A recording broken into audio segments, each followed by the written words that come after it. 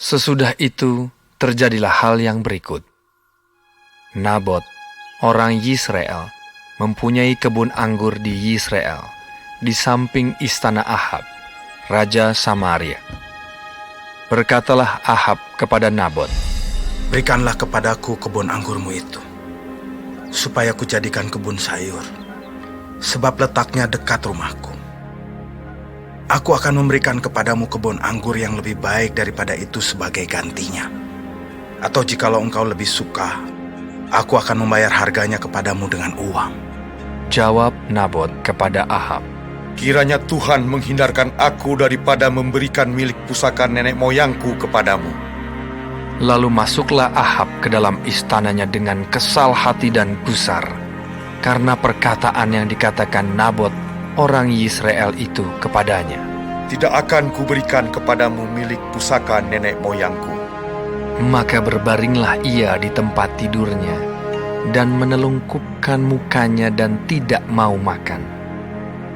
Lalu datanglah Isabel, istrinya, dan berkata kepadanya, "Apa sebabnya hatimu kesal, sehingga engkau tidak makan?"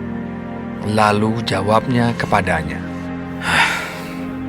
Sebab aku telah berkata kepada Nabot, orang Israel itu, "Berikanlah kepadaku kebun anggurmu dengan bayaran uang, atau jika engkau lebih suka, aku akan memberikan kebun anggur kepadamu sebagai gantinya." Tetapi sahutnya, "Tidak akan kuberikan kepadamu kebun anggurku itu."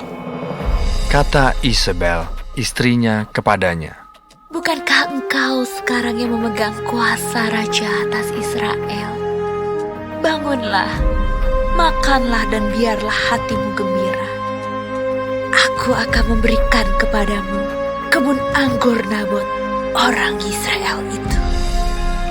Kemudian ia menulis surat atas nama Ahab, memeteraikannya dengan meterai raja, lalu mengirim surat itu kepada tua-tua dan pemuka-pemuka yang diam sekota dengan Nabot. Dalam surat itu ditulisnya demikian, Maklumkanlah puasa, dan suruhlah Nabot duduk paling depan di antara rakyat. Suruh jugalah 2 orang dursila duduk menghadapinya, dan mereka harus naik saksi terhadap dia dengan mengatakan, "Engkau telah mengutuk Allah dan Raja."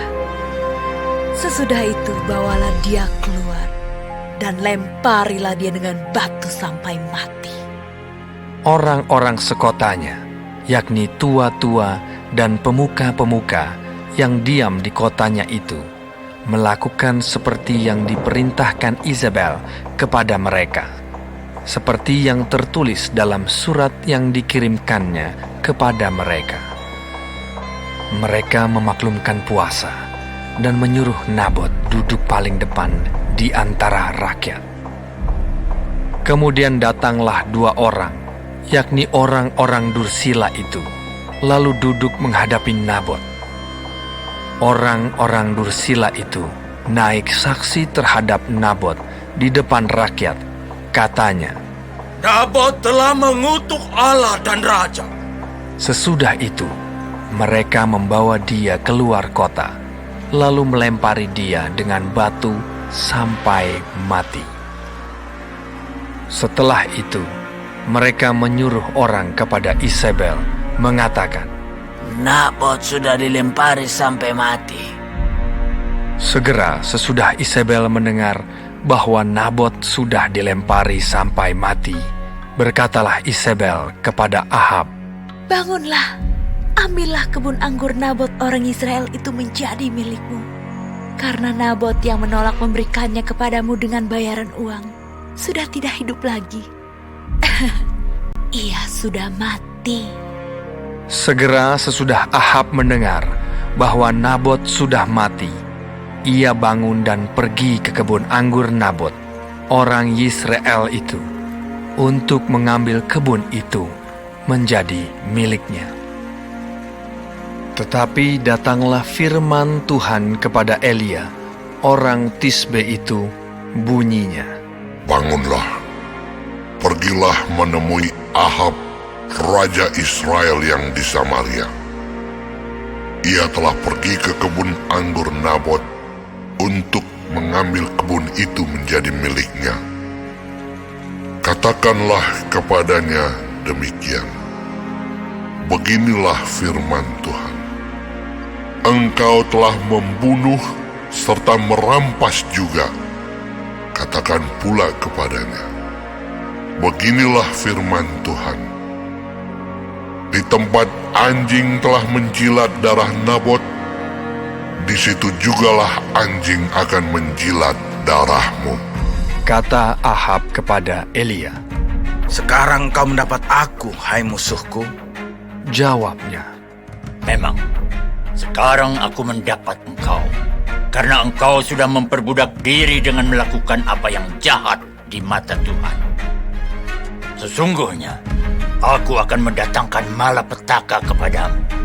Aku akan menyapu engkau dan melenyapkan setiap orang laki-laki dari keluarga Ahab, baik yang tinggi maupun yang rendah kedudukannya di Israel.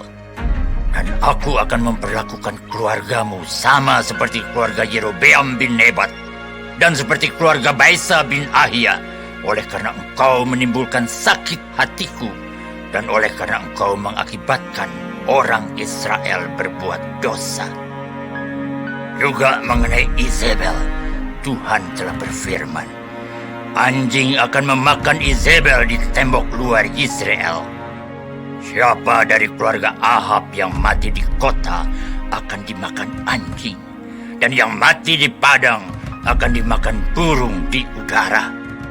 sesungguhnya tidak pernah ada orang seperti Ahab yang memperbudak diri dengan melakukan apa yang jahat di mata Tuhan, karena ia telah dibujuk oleh Izebel, istrinya.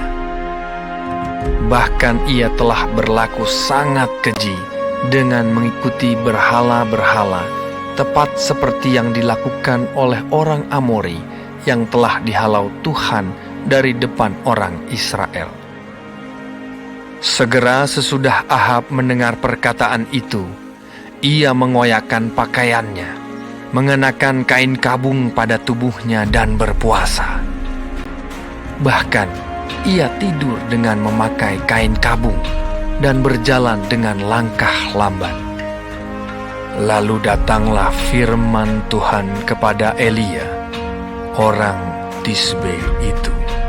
Sudahkah kau lihat bahwa Ahab merendahkan diri di hadapanku? Oleh karena ia telah merendahkan diri di hadapanku, maka aku tidak akan mendatangkan malapetaka dalam zamannya. Barulah dalam zaman anaknya, aku akan mendatangkan malapetaka